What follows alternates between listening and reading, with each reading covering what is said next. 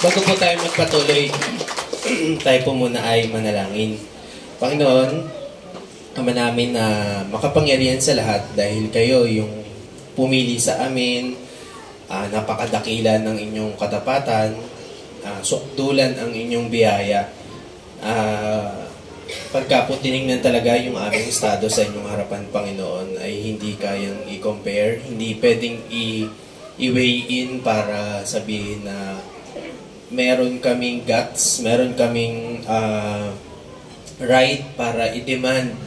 Pero wala, Panginoon eh. Kayo yung pumili, kayo yung talagang nagkusa na ibigay yung biyaya na to para sa mga taong pinili nyo lamang. Salamat, Panginoon, dahil kasama kami dito. Salamat, Panginoon, dahil sa bawat isang nandirito, ito ay isang gintong pagkakataon para makapakinig ng inyong salita. At tunay nga, Panginoon, nawa ang bawat salita na mamumutawi sa inyong mensahero sa umagang ito ay magdulot po ng kaliwanagan, magdulot ng direksyon para mas maging malalim at mas maging tunay yung pagkakakilala namin sa inyo, Panginoon. Maraming salamat po sa pangalan ng inyong anak na si Jesus. Amen. Sa panahon po ngayon, tama po, siguro nung mga bandang early 2000 or 90s, hindi naman masyadong sikat yung salitang legit. Pero ngayon, di ba, madalas na nababanggit yung salitang legit. Ano ba ibig sabihin ng legit? Bakit ba nauso yung salitang legit? Kasi nauso rin yung scammer. Kaya kung may mga scammer dito, hindi ko kayo itataboy. Baka ito yung pagkakataon para makakilala kayo sa Panginoon. Pero ganun eh, dahil nauso yung mga scammer, ano ba yung mga scammer? Manloloko. Baka akala nyo yung mga scammer lang, yung sa mga Facebook, sa Messenger. Minsan, kamag-anak mo, ini-scam mo nga eh, di ba? Tama ba? Ako, nung time na nag-aaral ako nung college, minsan, nagkakaroon din ako ng sabi ko nga sa inyo, bago po ako gumraduate ng theology, bago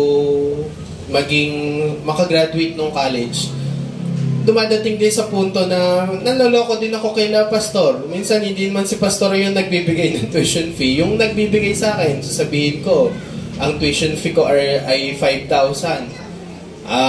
Pero sa totoo lang, 3,000 lang. Di may nenok na akong 2,000. May ganun ba dito? Sana sa mga scholar, walang ganyan. Ang tuition fee nyo lang, 1,000, hingin nyo kay pastor, 5,000. Mga 1,500 man lang na para katanggap-tanggap, pero yung 5,000, Diyos ko po, 4,000, daig nyo pa, ba kayo 3, magpaaral pa kayo ng 2. I mean, nauso yung salitang legit kasi maraming manloloko. Maraming kasinungalingan ng kumakalat sa atin, hindi lang naman dito sa Pilipinas, kundi sa iba't ibang parte ng mundo. So, sa umagang ito ang ating pag-aaralan, ay pinamagatan ko po na Jesus is legit. Ang ating Panginoong Hesus ay totoo. Legit siya. Bakit? Bakit nga ba siya naging totoo? Babasahin natin mamaya, isa-isahin natin dyan, na sinabi niya, sinabi niya dyan sa unang verse pa lang, ako ang tunay na puno ng ubas. Diba, ilang messages na naibahagi, na-explain sa atin. Pero this time, pinapakita dito yung pagiging puno ng ubas ni Jesus. Siguro sa atin, hindi tayo masyadong familiar dahil hindi naman karamihan dito ay nagtatanim ng ubas or alam kung paano magpatubo ng ubas. Pero mamaya himay-himay natin, bakit ba nasabi ni Jesus, ng ating Panginoong Hesus, na tayo siya ay ang tunay na puno ng ubas. Paano siya naging tunay? 2 punto lamang po yung nais kong ibahagi sa atin. Una, He is the source of our salvation. Siya ang pinagmulan. Siya ang pinanggalingan ng ating kaligtasan. Mamaya, uli natin yan, ipapaliwanag natin mabuti. And pangalawa, sabi dyan, He proves our salvation. Siya yung nagpapatunay ng ating kaligtasan. Doon muna tayo sa unang punto. Sabi dyan, He is the genuine source of our salvation. Pag ba sinabing source, ano ba ibig sabihin ng pagka ngayon nakakarinig ako ng ganitong salita sino source mo? Ano ba ibig sabihin ng source? Natatawa yung iba. Si Ryan, alam siguro ibig sabihin. Ano ba ibig sabihin ng source? Sabi, sino ba source mo? Sino ba kinukuhaan mo? Joke lang joke lang kay Ryan. Close naman na kami ni Ryan kaya ako nakakapag-joke. Sino ba kuhaan mo? Di ba? Sino ba ang source mo? Pagka sinabing source, doon ang gagaling. Kasi syempre, nung araw, tatanungin ni Ryan, yung source mo ba, legit ba yan? Di ba? Oo, quality to, solid. Di ba? So, sa atin, pagka sinabing source, dapat yung pinagmumulan nito, dapat masasabi natin hindi peke. Di ba? Natawa lang ako nung minsan, di ba nauso naman ngayon sa Shopee, ang Pinoy gusto yung makamura ng 5 piso, makamura ng 2 piso. Ito yata si Christine, dahil yung adventure namin hindi naman tinted. Wala namang, dire-diretso yung pasok ng araw. Pinabili ko ng ano ba tawag mo doon? Di ko rin alam, kulambo ba yun? Dapat merong itinatakip sa bintana para lumusot. Mura daw ng, hindi ko alam kung magka 30 pesos. Ayun, mukhang kulambo. Pagka kinabit mo doon sa bintana, pasok din yung araw. Di nakamura, di ba? So sa atin, pagka sinabing source, pagka sinabing pinanggagalingan, dapat legit. Tama ba? Dapat totoo. Dapat walang halong peke. Hindi pa pwede na, dito mo kinukuha to, dito mo inangkat, hindi pa pwedeng malulugi ka. Kaya sa atin, sa totoo lang, ngayon, hindi ko alam kung nakaka-experience kayo or nakakarinig na kayo, totoo ba yung sinasambahan mo? Totoo ba yung pinag-uubusan mo ng oras? Every Sunday, kailangan pumunta dito. And sa totoo lang, hindi naman tayo komportable. Tama ba? Hindi naman komportable. Biyaya ng Lord sa bawat linggo na dumadaan, napakainit. Sabi pa nga, mas papainit pa yung panahon. Pero biyaya ng Lord, walang na-stroke sa atin, walang namamatay sa sobrang init. Umuwi tayo na masigla, umuwi tayo na pinuno yung ating puso, yung ating kaluluwa ng salita ng Panginoon, ng kanyang pag-ibig. Pero sa totoo lang, minsan baka nakakarinig na tayo dyan, totoo ba? Totoo ba yung sinusunod mo na yan? Totoo, Jesus ka ba? Totoo ba yan? And dumadating sa punto ng buhay ko before, na ganyan natatanong ko ba, totoo ba talaga tong sinusunod namin? Totoo ba talaga si Jesus na siya yung nagbibigay ng kaligtasan? Kasi sa totoo lang napaisip ako, before sobrang ayoko, parang sabi ko, ayokong magpastor. Si pastor, siya yung nagsasabi sa akin, bago ako mag-decide na mag-aral, mag-abugas siya yung una din nagsabi sa akin, mag-aral daw ako ng pastor. So, totoo lang, ayoko rin Kasi, kaya sabi ko sa inyo, may mga magulang dito, nakasama na ninyo yung mga anak ninyo, napaka-observant ng mga anak ninyo. Huwag niyong isipin na umattend ka sa church, tapos Monday to Saturday, kung nagbibingo ka, tapos pag hindi ka nakakapanalo, lintik eka na yan. Ang baho ng kamay ng bumubola, palitan nyo yan. Hindi rin naman pwede every Sunday. Praise the Lord tayo. Pagdating ng Monday, bukas, pasok ka na. Tinamaan ka na lintik dyan, bangon! Nauuna pa tayong tumilaok sa mga manok ng kapitbahay na panabo. Tama ba? Minsan, nagiging joke. Nitong nakaraang Pasko, di ba? Sino ba yung mas gigil na gigil mamasko? Yung bata o yung nanay? O yung tatay? Kayo po ang sumagot niyan. Pero, pansinin ninyo, nag-i-input tayo sa utak ng mga bata, which is nakakalito. Ano siya, parang mixed signal na sasabihin, ito ba talaga yung born again na inaatinan ko kay Pastor Ronnie? Pero, si nanay, parang wala naman yata ang pagbabago. Totoo ba talaga yung sinusundan niya? Totoo ba talaga yung pinupuntahan every Sunday? Kasi si nanay ko dati, si nanay pa rin naman ngayon. May pagbabago ba? Nasasabi ba niyan? Kaya nga minsan sasabihin, tawasin mo man ako, hindi ako magbo-born again. O bakit? Nakita ko sa magulang ko Ganun po yung kaisipan ko before. Kasi nakikita ko kila pastor Nakikita ko sa mga magulang ko, born again kami, pero something may mali. Hindi tama. Parang hindi siya tugma. So, sabi ko, ang kabaitan ba talaga ng tao, and even yung kaligtasan, nanggagaling ba talaga sa tao? Ito lang, bigyan ko kayo ng kataga. Madalas nababanggit natin, tama ba? Hinanap ko ang Diyos. Tingin nyo, hinanap ko ang Diyos. Tama ba? Tama ba o mali? Tama o mali? Hinanap ko ang Diyos. Tama o mali? Ate. Pero sa totoo lang, later, parang ngayon, and I hope sana mabuksan yung isipan natin, may mga kaisipan tayo, may mga pananaw tayo na nakinagis na natin sa mga relihiyon na it seems tayo yung naghahanap sa Diyos, pero hindi. Meron lang tayong idea, pero ang totoo niyan, ang Lord ang nakakatagpo sa atin.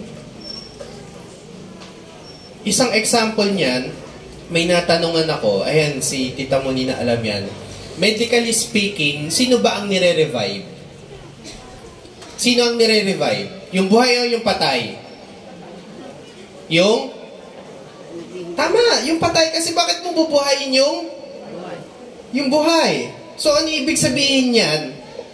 Si Jesus, ang ating Panginoon, dahil siya yung pinanggalingan ng kaligtasan natin, katulad nung kinakanta natin, sa sukdulang biyaya, niyakap mo ako sa aking karumihan. Ibig sabihin, pinili tayo ng Panginoon, ibinigay ng Panginoon yung kaligtasan nang hindi tayo, kumbaga, hindi tayo privilege, hindi tayo parang masasabi natin, wala tayong right para i-demand. Sabi dyan, sa verse 16, paki-fast forward. 16. Pinaka-last na slide yun.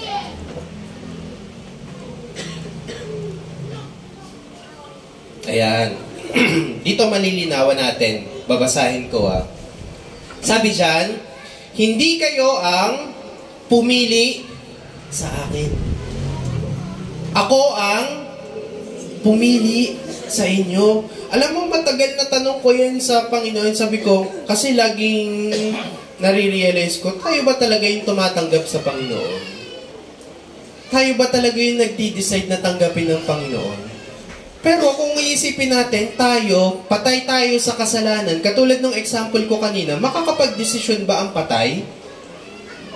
Diba minsan nagiging problema yung patay na lang, hindi alam kung saan ilalagak.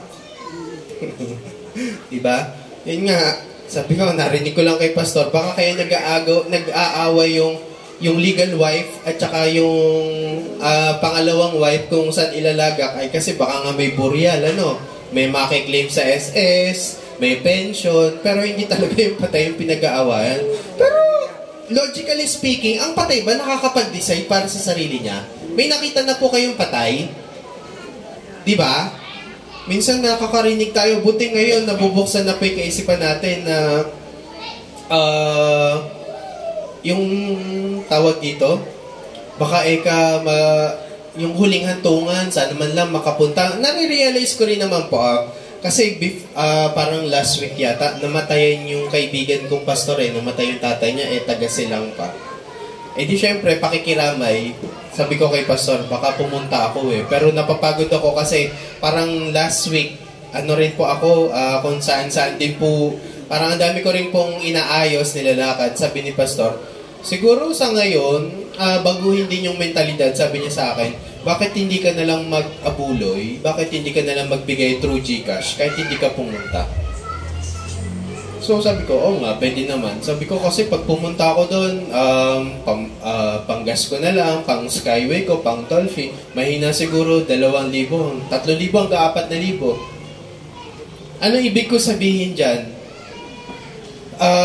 Yung pagpunta natin sa patay, tama yan, as way of pakikipagkapwa-tao. Pero lagi ninyong tatandaan yung patay na yan, tapos na yung kanyang era dito sa mundong ibabaw na to. Pagpatay na yan, hindi na yan makakapag-decide. As well as kayo, tayo. Hindi tayo nag-decide na pumili sa Panginoon. Kasi bakit? Bakit? Bakit? Patay tayo sa kasalanan. Yun yung sinasabi dito na hindi kayo yung pumili sa akin. Sa totoo lang, ngayon na lang nag-i-struggle kayo kung maglalaba ba ako. Sarap pa naman maglaba pag linggo, O kaya naman sa mga senior, ay, meron kang party-party doon. Taliwa sa schedule May church kami kay Pastor. Siguro naman, mauunawaan naman ako ni Pastor.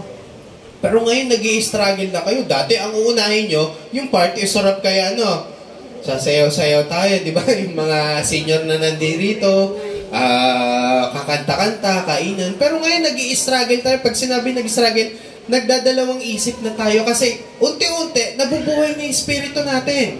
Nagigets po ninyo? Hindi nyo kaya mag-decide sa sarili nyo na piliin ng Diyos kasi patay tayo. Patay kayo, patay ako, patay tayo sa kasalanan. Kaya ang nag-initiate para abutin tayo, hindi tayo. Si Lord. Kaya pinagdiinan niya dyan, hindi kayo ang, pwede nga basahin natin sabay-sabay, hindi kayo ang pumili sa akin, bagos ako ang pumili sa inyo. Kaya yun yung lagi ninyong iisipin, hindi po aksidente na naka-attend kayo dito sa church. Hindi aksidente na dahil may kaso kayo, na dahil may sakit kayo, na tinulungan kayo ni Pastor. Yun yung lagi kong sineshare sa inyo na malay nyo yung sakit pala na yan, malay nyo yung kaso pala na yan, hindi pala yan talaga yung plano ng Panginoon, o hindi pala talaga yan lang yung dahilan kung bakit kayo napunta dito sa church. Kundi kayo yung hinanap ng Panginoon, kaya kayo napunta dito sa church. Kasi kung tutuusin na, ako naniniwala kung marami nang lumapit dito kay Pastor, marami nang nagpunta dito sa church, natulungan naman sa biyaya ng Panginoon. Pero tandaan po ninyo, kung yan lang yung dahilan kung bakit tayo nandito, I think, babalik tayo dun sa first point, yung source or yung dahilan kung bakit tayo nananatili dito, mababaw, malabnaw, hindi malalim, hindi puro. Kaya ngayon, itatanim ninyo sa isipan ninyo, ganun pala talaga yung sinasabi dun sa kanta, laging ang pinapakanta, yung sukdulang biyaya, niyakap mo ako sa aking karumihan. Kaya kung i-imagine natin, parang ganito, di ba? Ako na-experience ko na, di ba yung mga anak natin, pagka dumudumi, anak natin yan Pero nakakadiri pa rin, lalo pagka medyo nakakakain na ng mga solid food, di ba? Medyo may amoy na yan. Pero anak mo yan Kahit pa may dumi yan, pagka nakita mo ganun, kailangan mo linisin, yayakapin mo. Ganun yung pagyakap ng Panginoon sa atin. Ngayon, mawawala sa kaisipan natin at basagin din yung ating matagal ng kinagisnan na panananaw na, di ba, nakikita pa natin sa Facebook na may ligtas points, di ba, bawas ligtas points daw. Hindi Actually, everything na gagawin natin, kuno, para sa Panginoon, hindi yan yung hinihintay ng Panginoon para tanggapin tayo. Actually, tinanggap na tayo ng Panginoon kahit wala pa tayong ginagawang mabuti. Amen ba? Amen. Kaya ganun at paulit-ulit na lang na laging sinasabi ni Pastor Ronnie, kung kayo masama yung ugali ninyo, how much more si Pastor? So, tatanungin ko kayo ulit, malinaw kaya sa atin na ang source talaga ng salvation ay ang Panginoon? Amen. At nawa sa umagang ito, paglinawin ng ating Panginoon yung ating kaisipan na hindi sa ating magbubuting gawa, kaya tayo tatanggapin ng ating Panginoon. Sabi nga sa isang kasabihan, ewan ko kung naririnig ninyo, old habits die hard. Sabi dyan. O kaya naman you cannot teach an old dog a new trick. Ano ibig sabihin yan? Minsan ganyan yung magiging pananaw ng mga mas nakatatanda sa akin. Sasabihin niyan, pinanganak akong ganito, mamamatay akong ganito. Papangalanan ko ba? Pinanganak akong Katoliko, mamamatay akong Katoliko. Kung yung nakagisna natin ay hindi naman tama, payag kayo, mamamatay kayo sa mali.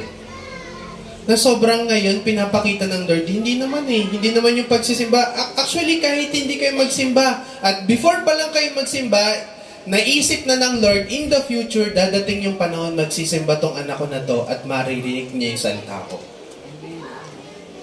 Kahit nung bago mo gawin yan, sumasagot ka sa magulang mo, kaaway mo yung mga kapatid mo, kaaway mo yung mga anak mo, magulang ka, minsan yun yun yung mga masasabi natin tuloy na pagkatatanungin mo, gusto mo ba magsimba? Ayoko. Kasi sa totoo lang, hindi naman yun dahil hindi ka kayang abutin ng Panginoon, ikaw yung lumalayo. And actually, ayaw mong kilalanin na si Lord talaga yung dahilan lang kung bakit ka makakakilala sa Panginoon. So, sabi dyan, siya ang pumili at siya rin yung nagpapanatili. Sa verse 4 nga, pakibalik mo nga sa verse 4. Verse 4.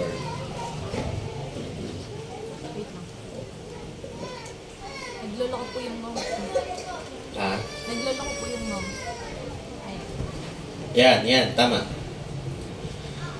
Manatili kayo sa akin at mananatili din ako sa inyo. Hindi nagbubunga ang sangang hindi nananatili sa puno. Gayon din naman, hindi kayo magbubunga kung hindi kayo mananatili sa akin. Ilang beses binanggit yung mananatili? 1, 2, 3, 4. Pagka sa Bible po, pagka yung salita ay madalas ulitin, meron gustong i-emphasize yung writer dyan. And in this text, si John, si Apostle John, gusto niyang i-emphasize yung word na manatili. Remain. Kasi ang naging example talaga ni John dito sa text na to, si Jesus bilang true vine, bilang tawag dito, tunay na puno ng ubas. Hindi ko pa na-experience magtanim ng puno ng ubas, pero meron po akong nung pandemic, natuto kong mag-alaga ng mga mga, alam niyo yung mga halaman na kumakain ng mga insekto. Natuto po yung mga fly trap, yung mga nag-araga po ako ng ganon. And yung isang uri ng carnivore plant, yung kumakain sila ng mga insekto, yung pitcher plant, sila categorized as hindi ko alam kung ano sa Tagalog parang baging or halamang baging. Na-realize ko kasi nabebenta rin po siya. Pagka dumami na po siya, pwede mong putulin tapos palakihin. Pero na-realize ko dahil hindi naman ako ganun kagaling pa magpadami, na-realize ko up to a certain point, hindi mo siya basta-basta pwedeng putulin sa main branch. Kasi pag pinatay mo siya, tapos hindi pa niya kakayang mabuhay, automatically mamamatay yan. Yun yung sinasabi. Pero ang logic niyan, yung mismong main branch, yung humahawak doon sa mga sanga niya, kaya nananatili Tama ba? Meron na ba kayo, parang ganito yung logic niya ng pagkakaunawaan niyan, meron na ba kayong nakita na naunang tumubo ang sanga kaysa sa ugat? Wala. Ano ang nauna? Ugat. Kaya nagkakaroon ng sanga. At yung sanga nakadepende sa ugat, sa pinakapuno. Kaya pinapakita dyan, actually parang, ibig sabihin, Pastor, merong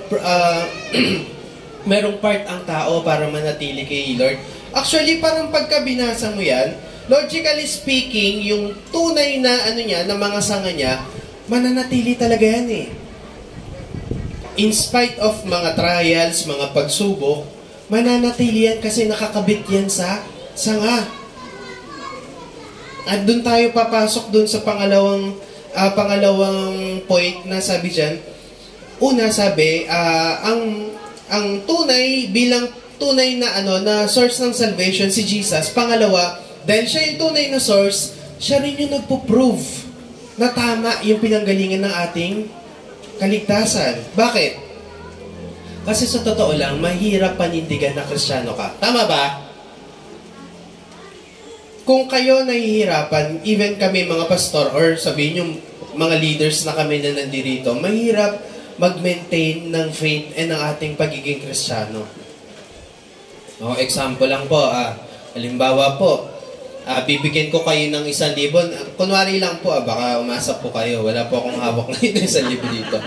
Joke lang, para malino na. Halimbawa po, bibigyan ko kayo 1,000, pero dapat hindi kayo a-attend next Sunday. Tatanggapin yung 1,000. Yee! Sino dito gusto 1,000? Taas kamay. Uy, ayaw magsitaas ka na nga 1,000 na yun, no? Ang reality niyan, tatanggapin mo 1,000. No, parang wag tayong parang pa-cute yung parang hindi, kay Lord ako. Pero at the end of the day, lagi mo isipin, sarili mo, sige nga, 1,000, bibigay ka ngayon. Hindi, yun ang reality. Hindi mo pipiliin palagi ang Lord. Ang reality dyan, hindi mo palagi pipilian ng Lord. Kaya minsan sasabihin mo, paano yan, Pastor JM? Sabi nila, born again ka na ba? Oo, pero mahirap maging born again, totoo lang. Nare-realize ko yan, kung tayo nga, struggle. Minsan nga, hindi lang 1,000, 50 pesos lang eh. Diba? Minsan, tama naman yun eh. Baka meron pa tayo pagka nagbabayad sa jeep o kaya nagbabayad sa bus. Pagka sobra ang sukli ng 5 piso, binabalik ba natin? Hindi, di ba? Blessing yun eh. Diba tayo no blessing na yun, 5 piso. Okay na, tanga yung conductor eh, tanga magkwenta eh. Pero reality dyan, hindi, yun yung struggle ng isang tunay na tao na nakakakilala sa Panginoon. Mag-struggle ka lagi ng tama at mali. Pero at the end of the day, dahil sa kalooban at grace ng Panginoon, yung sukdulang biyaya, matututo tayo na ang piliin yung tama. Parang ganito lang, regarding pagbagsak. Sa maniwala kayo at sa hindi, ang buhay ng Kristiyano, ups and downs yan. Hindi yan palaging ups. I-relate ko lang po sa buhay ko, Since nung nag-aral po talaga ako ng law, ng abogasya, na po ako irregular 4th year kasi halo na po yung mga subjects ko. Yung failing grades, sino dito yung mga scholar? Taas nga kami ng mga scholar dito. Sige nga, yung kahit yung mga dating scholar, taas nga kamay. Kukunti na lang ba yung mga scholar dito? Before, ang pananaw ko kasi, sabi ko nga, nakwento ko nga sa inyo dati, nung bata ako, tinrain ako masyado ni Pastor with regards sa discipline. Sobrang nag-aaral ako. Sobrang, kahit hindi niya i-check yung mga grades ko, kahit hindi niya ako turuan, sabihan na magbasa, mag-aral, papakita ko na lang yung grades ko sa kanya. Simula elementary hanggang high school na makagraduate ako, ganun siya katiwala, nag-aaral ako ng mabuti. Pero alam niyo po ba, na-realize ko nga dito sa pag-aaral ko sa pag-aabogasya, mahirap mag-maintain ng standing mo, especially academically. Masasabi ko po sa inyo, totoo po yan. Ang isa sa tines ng Panginoon sa akin, hindi naman po yung intellectual capability ko eh. Yung para matutunan yung dami ng batas.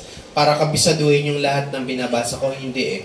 Ang tinrain ng Panginoon sa akin yung puso ko na maging humble. Di syempre sasabihin ko, matalino tatay ko, matalino ba ako? Hindi. Di syempre. Diba? I mean, hindi po sa pagmamayabang, pero sabi ko, meron ako nito, pero dito ko napatunayan, mahirap mag-maintain. And I face a lot of failure, sa totoo lang. Sa totoo lang, pagka mag-uusap kami ni Pastor, hindi ko na masyadong kinikwento sa kanya yung journey ko eh. Kikwento ko na lang dyan pagtapos na sabihin ko pa, graduate na ako. Diba? Pero sa akin, nare-realize ko rin ngayon, lalo ngayon, diba, alam naman po ninyo na ang nagpapaaral sa akin ay hindi naman po yung magulang ko. And I think hindi po siya aksidente. Even sa mga scholars na nandirito, hindi aksidente yan na may ibang tao magpaaral sa inyo. Kasi dito makikita natin, even sa mga ganitong humiliating, parang nakakahiyang pagkakataon, mas napuprove na sa totoo lang, si Lord yung gumagawa ng paraan para makapag-aral ka. And even sa pagbagsak mo, hindi ko kayo ini-encourage na bumagsak ka. Ito lang na-realize ko, sa pagbagsak mo, mahirap bumangon. Totoo lang. At minsan, nakaka-down. Kung meron man sa atin sa ngayon na nadadown dahil hindi mo naman talaga kayang laging maging panalo against sa sarili mo or sundin mo yung kalooban ng Panginoon. Pero mostly, ang sinusunod mo yung sarili mo, personally yung nangyayari rin sa akin. Pero ito yung na-realize ko. Sa mga pagbagsak ko, merong mga gustong ituro ang Panginoon sa akin habang ako ay bumaba. And this time, na-realize ko naman, hanggang sa makagraduate ako, nothing to prove. Hindi ko kailangan i-prove na matalino ako. Hindi ko kailangan i-prove na masikap ako. Kasi alam ko, biniyayaan ako ng Panginoon.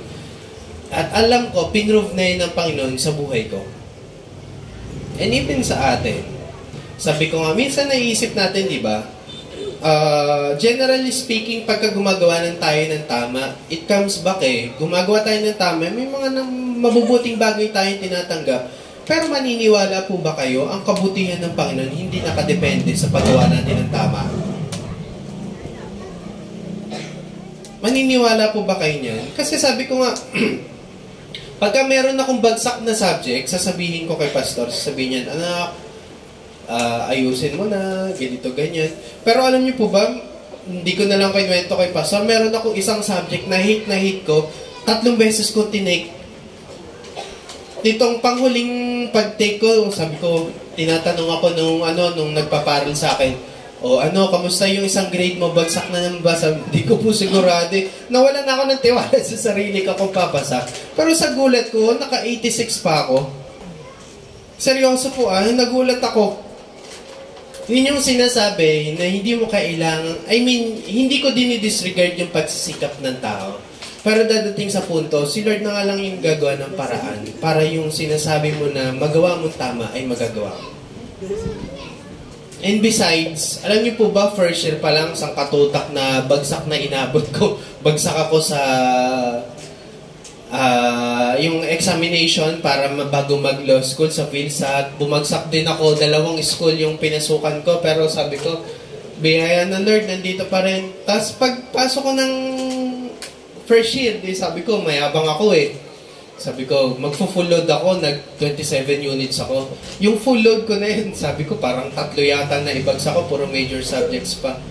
And those time, ang dami kong na-realize na, Lord, hindi pala sa sarili kong katalinuhan, hindi pala sa sarili kong karunungan. Kaya pala ako makakagraduate dito. And sino mag-aakala, sabi ko, 4th year na ako. Amen ba? Kung meron man dito parang sa ngayon, nawawala ng pag-asa or parang sabi ko, makakaraos ba? Parang iyon yung laging paalala ni Pastor Rigor. Nag-preach na rin sa atin dito yan. Kay Pastor Ronnie, huwag mong isipin na malayo pa. Baka hindi mo alam, isang hakbang na lang, finish line na. Tama?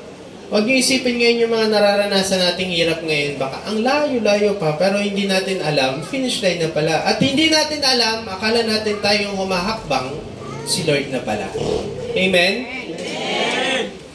And yun yung testimony ko. Sabi ko, personally, to be honest, ayun, tama naman sa mga scholar, meron talagang mga criteria, meron dapat standard. Ako naman po talaga, dapat di na ako, sabi ko sa asawa ko, dapat di. Parang kung ako man yung nagpapaaral, may karapatan akong putulin yung pagpapaaral dun sa pinapag-aral ko pagka puro bagsak Totoo lang, di ba? Ba't mo papag-aralin? Sayang yung pera. Ngayon nga lang po, ang tuition fee ko, umabot ng 50,000. Hindi pa po ako full load nun, wala pa yung mga libro ko. Kayo po ba? Magbigay nga lang minsan, di ba, Joe? Aka na, anay, hawakan ko na yung napamaskuhan ko. Kunin ko na yung napamaskuhan ko, di ba? Joke lang to, ewan ko kung totoo. Bago ibigay sa anak, 9 na buwan kitang pinagbuntes. Ilang taon ka na? Pinakain kita. Nagtrabaho ako humihingi. Sige na, hindi ko nababawiin yung napamaskuhan ko. How much more sa akin? Hindi maliit na pera, sabi ko kay pastor. Almost 4-5 years na akong nag-aaral. By grace of God. Sabi ko, siguro ang computation ko sa mga nagagastos ko 1/2 milyon na hindi sa akin, hindi sa amin. Sabi ni Pastor, mali ka ng computation mo. Inisip ko nga, siguro nasa 1 milyon na. 1 milyon na ginagastos ng Lord at ang ginagamit yung hindi namin kamag-anak. Kailan ba tayo nakipag-meeting kay Nina Ninong? Nung Tuesday ba? Tuesday. Ayan, kasama namin si Ryan, kasama namin si Sander. Ayun, at least na-meet naman nila, nasabay yung dalawa. Na-meet naman nila yung nagpapaaral sa akin. Nagjo-joke nga kasi hindi naman kahit ako hindi pa kumakain dun sa restaurant na yon. Birthday ni Boss Ryan, kinabukasan, sabi namin, Ryan, ikaw magbabayad nung time na yon, parang ito rin, natuwa rin naman ako sa suggestion ni Pastor. Sabi niya, Siyempre, I think, as act of parang gratitude, gusto niyo bayaran. Nung time na babayaran, ayaw. And sabi ko, at least ngayon nare-realize ni Papa, ni Pastor, na hindi lahat ng bagay pwede mong i-repay, bayaran. Minsan mabubuhay ka na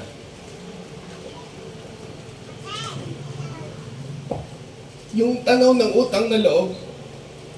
Yun yung sinasabi ni Lord na minsan ayaw mo na, siya pa yung pumipilit sa'yo na manatili ka. Eh di nagbayad na, sabi ko, Ryan, ikaw magbayad. Sinilip ko yung resibo. Maliit na bagay eh, pero pagtingin ko, 15 mil kinain namin. Siguro sa inyo, pera na yun ng tao eh, parang kabuhayan eh. Pero ang tiningnan ko doon yung act ng Panginoon, true doon sa nagpapaaral sa akin. And yung gesture ni Pastor na even though meron tayong initiative para gano'n naman tayo eh, sige gagawa ko na mabuti para sa Lord. Talaga ba? Sasabihin ni Lord, talaga? Pwede mong bayaran yan? Hindi. Kasi overflowing ang grace ng Panginoon sa buhay natin. Amen. Hindi mo pwedeng tumbasan. Hindi natin pwedeng bayaran. Amen. Kaya sabi ko, ganun din, kung ano yung na-observe ko kay Pastor, sabi ko, marahil kalooban ng Panginoon na maging ganito yung setup ng pag-aaral ko na una hindi sa mga magulang ko, pero yung pagtanaw ko ng utang na loob, una sa Panginoon, pangalawa sa mga taong tumulong sa akin, and I hope ganun din, ma-realize ninyo, maraming bagay naman tayo na yung lumalayo, tama? Huwag niyo sabihin na gusto niyo laging sumusunod sa Lord kasi mas maraming pagkakataon mas gusto natin sundin yung sarili natin. Tama, baka yung iba dito napilitan dahil sinama ng nanay, yung iba dito may kadate, yung iba dito maglalaba, yung iba dito gagala, and kasama si nanay, kasama si tatay napilitan. Pero tandaan niyo, maraming bagay hindi natin pipiliin ng Lord. Huwag tayong magmalinis. Pero maraming pagkakataon, si Lord yung pumipili sa atin at inaakay tayo papalapit sa Kanya. Hindi natin kaya manatili sa Panginoon. Alam niyo po, yung sinasabi dyan sa verse 2, pakibalik nga. Sabi dyan, verse 1 and verse 2. Ako ang tunay na puno ng ubas at ang aking ama ang tagapag-alaga. Inaalis niya ang bawat sangang hindi nagbubunga at kanya namang pinuputulan at nililinis ang bawat sangang nagbubunga upang magbunga pa ng lalong sagana. Ano ang ibig sabihin niyan? Doon tayo sa symbolism ng isang sanga. Sinasabi diyan, kahit daw pala nagbubunga, puputulan na para mas magbunga pa. Alam niyo yung realization na pinakita ng Lord sa akin? Pagka ikaw, yung sasabihin mo, magbabago na ako sa sarili ko. Pagka yung pagbabago mo malayo sa Panginoon, dalawa yung magiging resulta. Una, self-righteousness. Bakit? Bumait ka sasabihin mo dahil sa sarili mo. Initiative mo. Kaya ngayon, parang naisip ko, tama naman, sino ikaw para mag-judge na, ikaw magbago ka na. Bakit ikaw nagbago ka na ba? Kasi even yung pagbabago niya, hindi yan kaya niya sa sarili niya. Kung hindi niya na, hayaan ng Panginoon na kumilos sa buhay niya, hindi. Imposible. Una, self-righteous. Pangalawa, pagka yung pagbabago mo malayo sa Panginoon, selective righteousness. Alam niyo kung ano ibig sabihin ng selective righteousness? Parang ganito lang. Ang isip mo, mabait ka. Ang isip mo, matuwid ka kasi tumutulong ka sa kapwa. Pero pag uwi mo sa bahay, kaaway mo yung anak mo, kaaway mo yung asawa mo. Selective, ibig sabihin, pumipili ka lang na matuwid. Pero ang sabi ng salita ng Panginoon, kahit nga ni isa magkamali ka o hindi mo natupad yung kautusan, makasalanan ka na eh. Baka ganun tayo. Akala natin gumagawa tayo ng mabuti, tapos may nakita tayong tao, minsan ganyan eh, nakikita natin, di ba? Pagka nadadaan tayo, wala dito eh. Sa amin marami sa Lulumboy. Makikita natin yung mga babaeng labasan, sabihin natin, ang dumi-dumi niyan, pok-pok yan. Eh, ikaw nga, hindi ka nga pok-pok, yung bunganga mo naman, bulok. Tama ba? sabihin mo, mabilis tayong maghusga sa mga politiko. Sabihin na, magnanakaw yan. Ikaw nga, ninanakawan mo rin naman si Lord, ah. Ninanakawan mo rin naman yung pamilya mo. Ninanakawan mo yung anak mo, yung mga kapatid mo. Hindi lang naman siya financially, ninanakawan mo eh. Ninanakawan mo sila ng kaligayahan, nilalakawan mo sila ng pag-ibig na dapat nararamdaman nila sa pampaanong paraan. Tayo naman talaga yung madalas na nanakit sa kanila eh. Nagiging selective lang tayo dahil ba uma-attend ka sa church, matuwid ka na, pero itong ginagawa mong masama, hindi mo na pwedeng makita na kamalian. So, ang pagbabago ng Panginoon, pagka hindi malapit sa Panginoon, dalawa yung magiging bunga niyan. Self-righteousness at saka selective righteousness. Either ang tingin-tingin mo sa sarili mo, kay buti-buti mo against other people, or yung ginagawa mo lang yung tama, yung ginagawa ng ibang tao, mali. Sa umagang ito, dalawa lang naman yung mensahe ng Panginoon sa atin. Siya talaga yung legit. Jesus is legit. Kasi siya yung pinanggalingan ng kaligtasan. At dahil siya yung pinanggalingan ng kaligtasan, totoo yan. Kaya sa totoo lang, isang malaking pagbubukas nawa sa ating kaisipan, hindi tayo ang humahanap sa Diyos. Pwede ba natin banggitin sa sarili natin, hindi ako ang humahanap sa Diyos, kundi ang Diyos ang palaging humahanap sa akin. Hindi ako nananatili sa Panginoon, kundi ang Panginoon ang nagpapanatili sa akin, sa Kanya. Kaya sa umagang ito, nawa makita natin at makita ng mga tao, especially ng ating pamilya na, totoo na pala yung pinupuntahan ng nanay ko pagkalinggo. Kasi bakit? Yung bunganga niya kung Armalite, ngayon, ano na lang, 38 na lang kasi pakonti-konti na lang yung putak, hindi na tuwing umaga, dire-diretso. Konti-konti na lang. Kung dati yung tatay ko, mas matagal pang himasin yung panabong niya kaysa ako himasin ng tatay ko. Ngayon, may time na siya sa akin. Kasi nararamdaman na ng pamilya natin. Pwede ba bago tayo magtapos?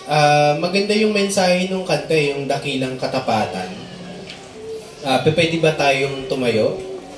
Kasi nandun mismo yung mensahe nung kanta na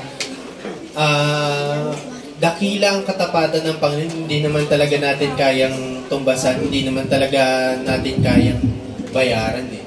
Hindi naman natin kaya talagang gawin yung tama. Pero yung katapatan ng Panginoon, dakila siya.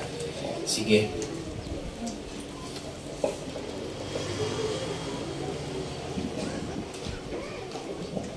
Hello.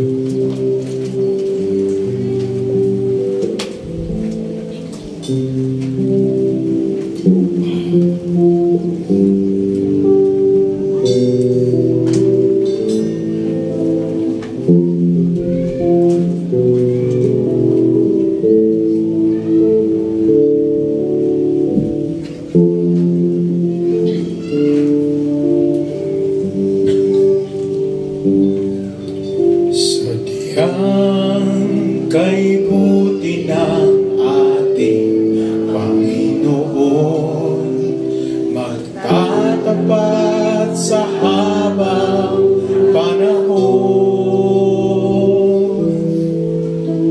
maging sa kabila ng ating pagkukulang, niyaya niya'y patuloy na laan.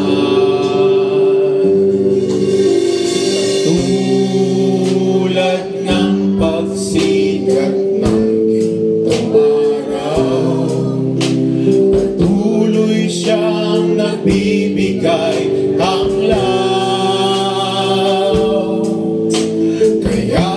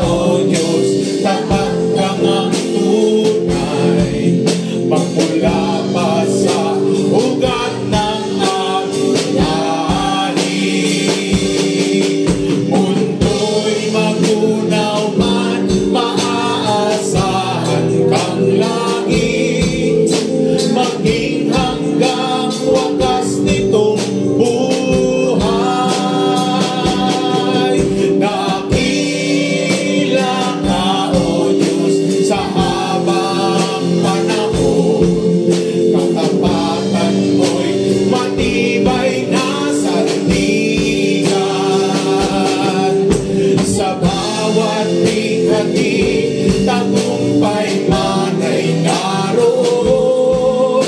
Daluyan ng pag-asa kung kailan ay hinaon.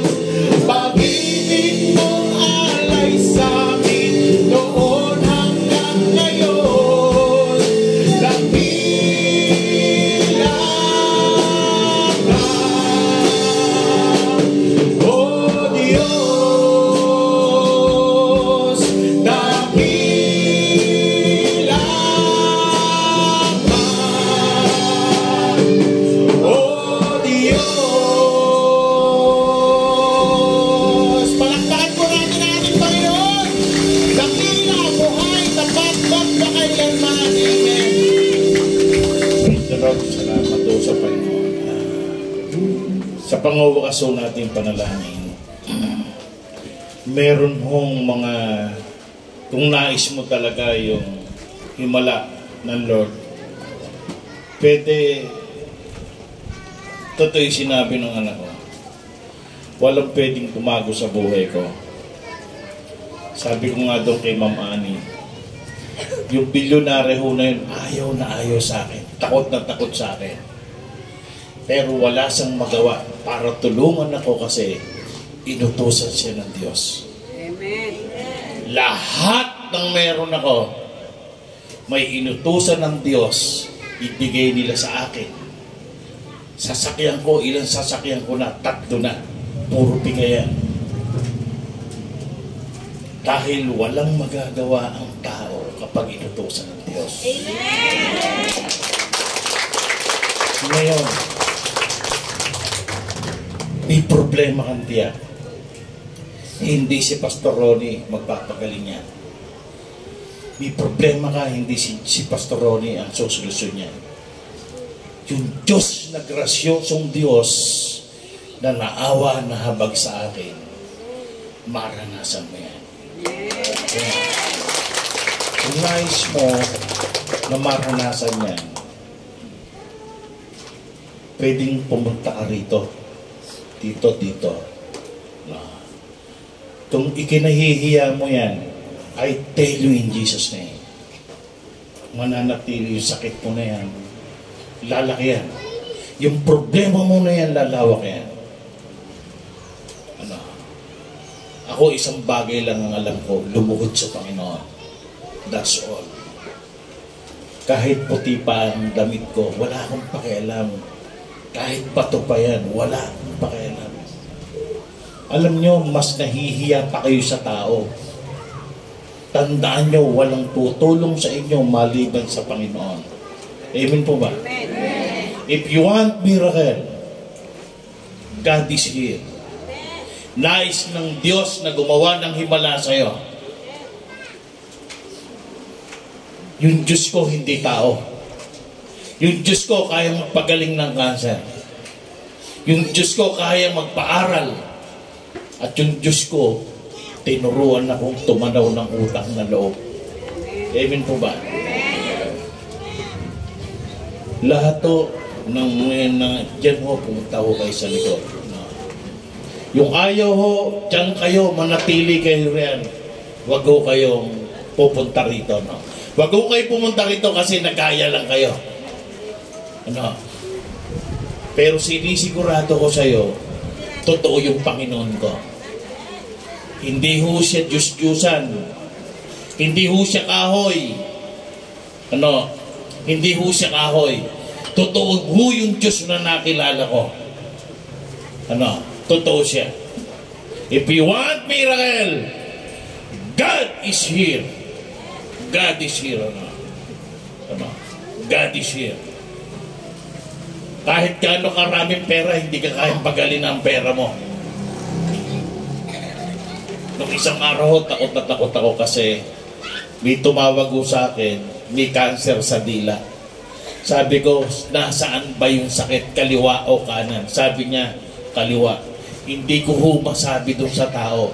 Kasi yung kaliwa kong dila, 6 months ago, nag-umpisa. 6 months na rin yan. Kaya sabi niya, pare, bubuhayin to ha, hindi papatayin. Dahil marami na ho akong pinanalangin. Kahit lupus yan kasama si Mami, naghihimala ang Diyos. Pero marami talagang matitigas ang ulo, patay. Amen o ba? Sige ho, pwede ho ba kayong maghawak-hawak ng kamay? Unang-una, itakwil nyo yung Diyos-Diyosan ng buhay nyo. Ano? Itakwil nyo. Itakwil nyo yung mga rebulto nyo na yan. Dahil yung rebulto na yan, nandyan yung mga sumpa. Meron dito, na-stroke. Ayun. Na-stroke siya. Pinuntahan ko siya sa bahay.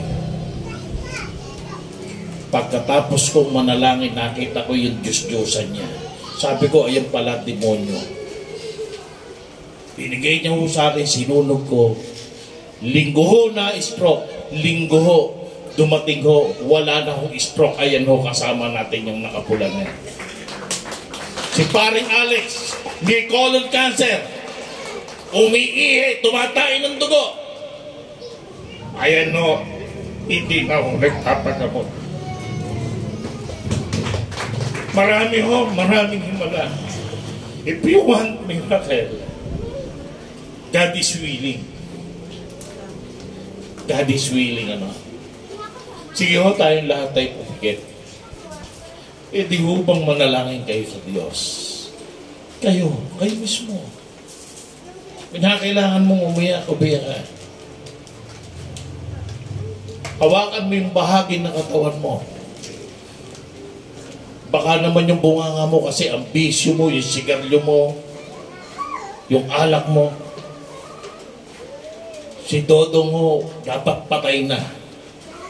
Si Dodong ho, 2 beses kung ipina-opera ni diabetes ho. Hindi pwedeng opera ho. Buhay pa rin ho yung bayaw ho. Because of God. Sige, hawakan nyo yung bahagi ng katawan nyo. Isuko nyo. Marahil may sinasabi, Lord, sa inyo, yung kasalanan mo, suko mo sa akin. Katigasan ng ulo, katamaran, alak, sugal, sigarilyo, droga, pabayang ama, chismosa, yung mga kasalanan na sabi ng Lord, isuko mo sa akin. Ibigay mo sa akin kasi marumihan. At yung karumihan mo na inahawakan ko. Isang araw meron ditong nakatungkod. Isang araw maglalakad siya dahil sa Panginoon. Kapag lumuhod siya, sumuko siya sa Panginoon. Patutunayan ho ng Diyos sa bawat isa sa atin na totoo po yung Diyos natin na sinasamba rito, hindi ho siya Diyos-Diyusan. Panginoon, nakikita mo po ang mga taong ito. Nakikita mo po ang mga lalaki at babae. Panginoon, ako po ay nagpapakumbaba. Patunayan mo po sa kanila na ako ay lingkod mo. Patunayan mo po sa kanila na pinapunta mo ko ng Sibol upang hanguin sila sa sumpa ng kasalanan, sumpa ng sakit, sumpa ng hirap, sumpa ng kahirapan, sumpa ng kalungkutan. Panginoon, ang aking samot dalangin, gumawa ka po ng kakaibang himala sa buhay nila. Sa pangalan ni Jesus, sa lugar na hinahawakan mo sa bahagi ng katawan mo, dumaloy ang mainit na pagmamahal ng Panginoon. At maramdaman mo ang hipo ng banal na Espiritu Santo. In the name of Jesus, I command you whatever kind of sickness and sin in the name of Jesus. Ano man sakit, kasalanan niya, ninuutosan kita. Ginagapos kita, kinakalagan kita, sinasaway kita. sa sinusunog kita ng banal na pangalan ng Panginoon, pumunta ka sa kalalimang walang hanggaan doon sa impyerno, hantayin mo ang paghukom ng Diyos. And I declare healing in the name of Jesus. Healing both physical and spiritual in the name of Jesus. Lord, kagalingang pinansyal. Bigyan mo ng pagpapalang pinansyal ang mga taong pag pinapala mo, hindi magiging mayabang at hindi magiging palalo. Hindi po magiging maramot. They know how to share the wealth of this world sa mga taong nangangailangan. Espiritu ng pagpapatawad, maghari ka sa bawat isa sa amin. Demon of forgiving spirit in the name of Jesus, umalis ka. You have no authority sa mga taong ito. At Panginoon, sa pangalan ni Jesus, ibaba mo ang espiritu ng kapayapaan. Maghari ka sa bawat isa sa amin. Hayaan mo ang luha ng kaligtasan, ang luha ng kaligayahan, ang luha ng kapayapaan ay mapalitan ang anumang kapighatian na dulot ng aming kaaway. Ikaw may sabi, O Diyos, na ikaw na nasa amin ay mas makapangyarihan kaysa kay Satanas na nasa mundong ito. Ama, ang pag-ibig mo, ang pagmamahal mo, ang kapangyarihan may maranasan ng bawat isa sa amin. Itaas mo ang iyong banal na pangalan sa lugar na ito. Sisibol ang bagong pag-asa. Sisibol ang kabanalan. Sisibol ang kasaganaan. Ang pagmamahalan sa bawat tahanan. Sisibol ang dalisay na pag-ibig at tunay na katapatan, katulad ng bukang liwayway na kailan may hindi mapapagod, na sisikat tuwing umaga. Dakila ang iyong pagmamahal.